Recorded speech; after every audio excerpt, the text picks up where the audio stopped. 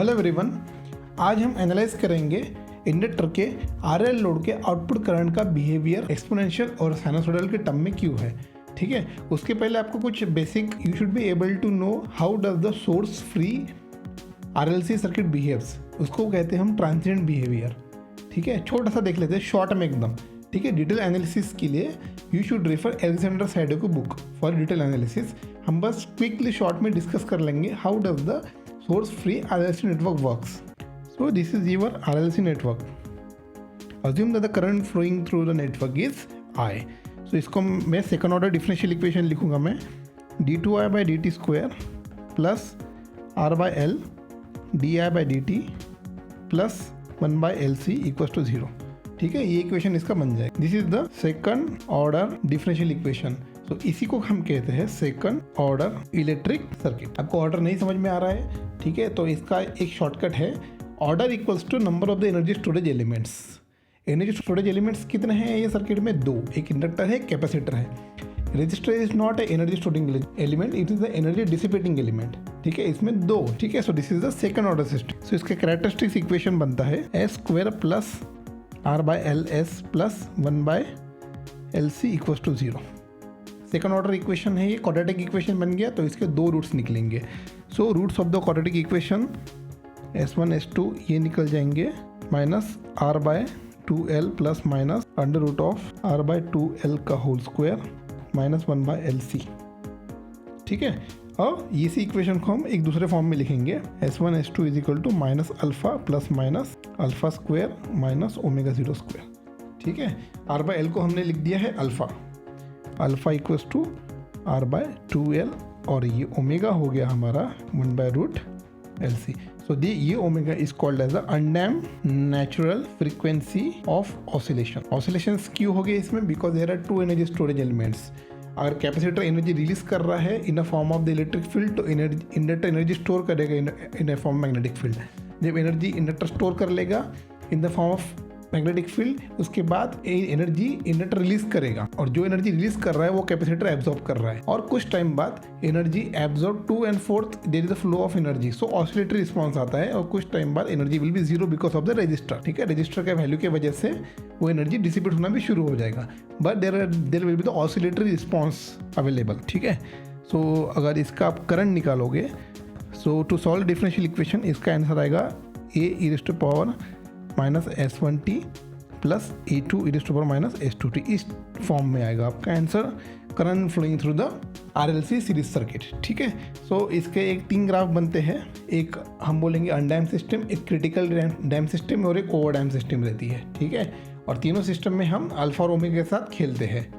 So there are roots of the quadratic equation को हम S plane में place करते हैं कि दो रूट्स कहाँ रहेंगे आपके। दो रूट्स अगर आपके एस प्लेन के नेगेटिव एक्सिस पे है तो ऑसिलेटरी रिस्पांस देगा। दो रूट आपके एक ही जगह पे है तो क्रिटिकली डैम्प हो गया, और दो रूट नेगेटिव एक्सिस पे अलग अलग जगह पे है, that is the undamped system. ठीक है, तो इसके रिस्पांस कुछ इस तरह से आते हैं। ये आपके हो गए अनडैम्प्ड, ये हो गया आपका क्रिटिकली डैम्प, और ये हो गया आपका ऑसिलेटरी रिस्पांस। तो ऑसिलेटरी रिस्पांस चेक करोगे तो इसमें एक हो गई आपकी, this is the exponentially dam oscillatory system. ठीक है, तो ऑसिलेटरी रिस्पांस मैंने कहा था, ऑसिलेटरी रिस्पांस हमें मिल रहा है because of the two energy storage element. ये नॉलेज आपको होना बहुत जरूरी है in order to understand how the current works in the series RL circuit, because आपका लोड जो है वो है आरएल लोड। ठीक है, सो आपका अगर आउटपुट करंट इस तरह से output current is like this is not a pure sinusoidal, this is not a pure exponential, this is the mixture of the sine wave and exponent. ठीक है, सो जो भी आपका स्टेडी स्टेट सर्किट है, जो स्टेडी स्टेट करंट है, that will have consist of the 2 terms. I0 जो output current है आपका, उसमें रहेगा एक ट्रांजिएंट टर्म और एक रहेगा steady state term. Steady state term, तो ट्रांजिएंट टर्म के लिए आपको लगेगा एक source free series RL circuit, because आपका लोड जो है वो है आपका आरएल लोड। तो ये हो गया आपका, ये करंट हो गया आपका transient current that is flowing through the RL circuit, ये आर और ए। ठीक है, आपको इलेक्ट्रिकल के बेसिक्स पता होना बहुत जरूरी है। Circuit is the foundation for the power electronics, simple. ठीक है, तो इसको हम जब सॉल्व करेंगे तो ये आ जाएगा R into I of T plus L D I L by D T, और इसका डिफरेंशियल इक्वेशन का सोल्यूशन निकालोगे आप तो ये आई ऑफ एल हो जाएगा A e to power minus R by L into t. This is the solution of first order differential. अब मैंने फर्स्ट ऑर्डर क्यों कहा? बिकॉज यहाँ पे एक ही एनर्जी स्टोरेज एलिमेंट है और एक रजिस्टर है, दैट्स वाई ये आपका फर्स्ट ऑर्डर डिफरेंशियल इक्वेशन बन गया जिसमें ए एक कांस्टेंट है। इसके पहले सीरीज आरएलसी नेटवर्क में क्या था, दो कांस्टेंट्स थे A1 एंड A2, इसमें एक ही है because this is the first order differential equation. तो डिफरेंशियल इक्वेशन फर्स्ट ऑर्डर का ये सोल्यूशन है। IL नहीं IT, ट्रांजिएंट एनालिसिस कर रहे, ठीक है, ट्रांजिएंट एनालिसिस। अब स्टेडी स्टेट कैसे आएगा, स्टेडी स्टेट के लिए आपको यहाँ लगेगा Z is equal to R plus J into XL।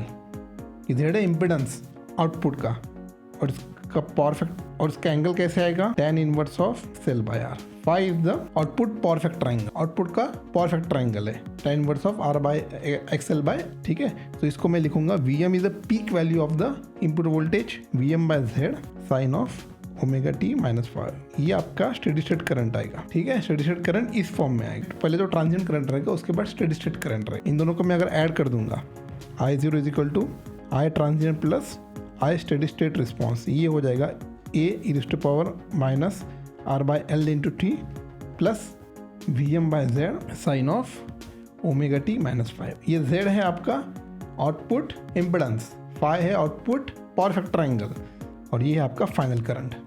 अब इसमें आपको A का वैल्यू फाइंड आउट करना पड़ेगा, वो आएगा आपका बाउंड्री कंडीशन। बाउंड्री कंडीशन ये है आपका करंट, इसे एक्सटेंशन एंगल बीटा, ये हो गया 0, ठीक है। आप omega T is equal to 0 से भी बाउंड्री कंडीशन निकाल सकते हो, आप omega T is equal to beta से भी बाउंड्री कंडीशन निकाल सकते हो, ठीक है। But omega T is equal to 0 put करोगे तो बाउंड्री कंडीशन निकालना काफ़ी ईजी हो जाएगा, ठीक है। So when omega T equals to 0, I of 0 equals to 0, ये आपका I ऑफ 0 है, इस वैल्यू पे करंट 0 है तो I of 0 is 0 and T will be equals to 0 by omega which is equal to 0। T का वैल्यू भी 0 हो गया, सो T का वैल्यू भी 0 हो गया।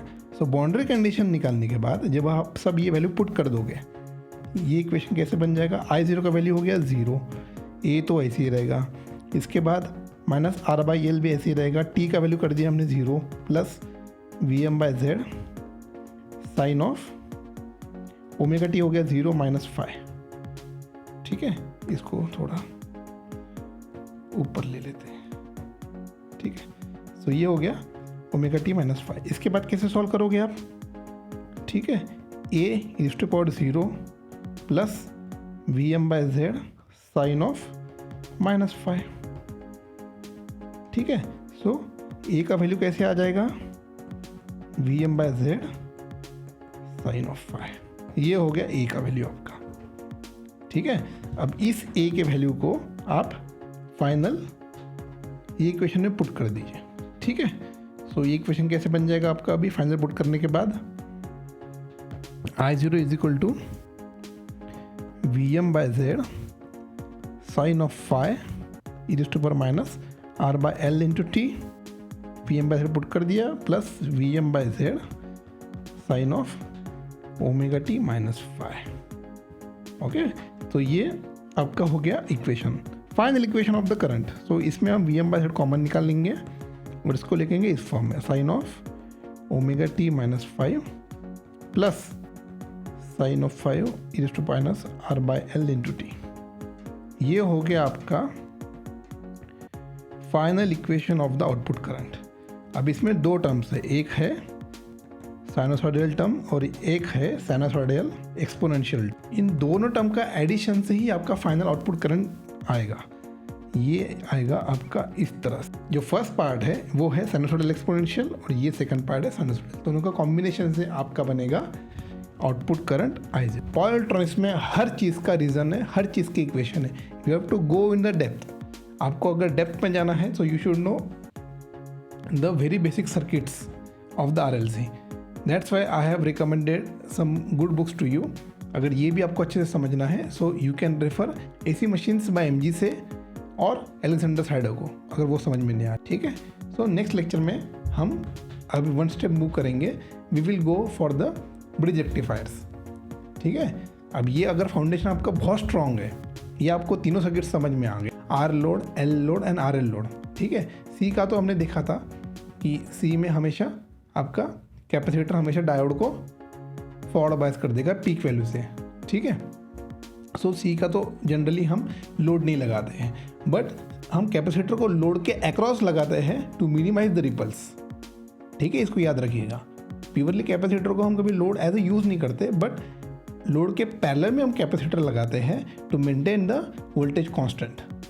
ठीक है, सो आपको you should know R load, R L load. ठीक है, और इसके बाद आपको हम धीरे धीरे जब मूव करेंगे तो एक बैटरी भी लगाएंगे आउटपुट में, आर एल लोड। ठीक है, धीरे धीरे हम कंसेप्ट बिल्डअप करते जाएंगे। अभी प्लीज़ जो हो गया है वो आपको ध्यान से फिर से देखिए। अगर आपको इसमें ये फंडामेंटल स्ट्रॉन्ग कर लीजिए, जैसे जैसे ये आपका स्ट्रॉन्ग होता जाएगा, समझते जाएगा। देखिए, देखने से नहीं होगा, आपको पेन पेपर उठाना पड़ेगा और खुद सॉल्व करना पड़ेगा। ठीक है, अदरवाइज ये तो आप वीडियो कैसे देख रहे हो तो कोई मतलब नहीं इसका। ठीक है, to get very basic understanding of power electronics for now, for exam and for future also, then you should take pen and paper and you should solve all this equation by your own. ठीक है, अगर इसके बाद भी कुछ doubt है आपको, please write your queries in the comment section. Okay, so next lecture में हम ब्रिज रेक्टिफायर शुरू कर देंगे। फिलहाल तो हम अनकंट्रोल लेंगे, डायोड ब्रिज ही लेंगे हम, उसके बाद धीरे धीरे बिल्डअप करते जाएंगे। बिकॉज अगर आपको अनकंट्रोल समझ में आ गया, ठीक है, तो आप कंट्रोल भी अच्छे से समझ पाओगे। हम ऐसा नहीं करेंगे कि हम कंट्रोल सीख लेंगे और फिर अल्फ़ा का वैल्यू 0 पुट करके सारा अनकंट्रोल बना लेंगे, नहीं, ये तरीका नहीं है सीखने का। ठीक है, first you should very basic understand all the equations for the diode bridge rectifier, क्योंकि ये आपको समझ में आ गया डायोड ब्रिज, तो कंट्रोल का तो इतना हार्ड नहीं जाएगा आपको अंडरस्टैंडिंग के लिए। ठीक है, so that's all for today. Thanks for watching the video. Please like the video, subscribe the channel. Thank you, see you soon.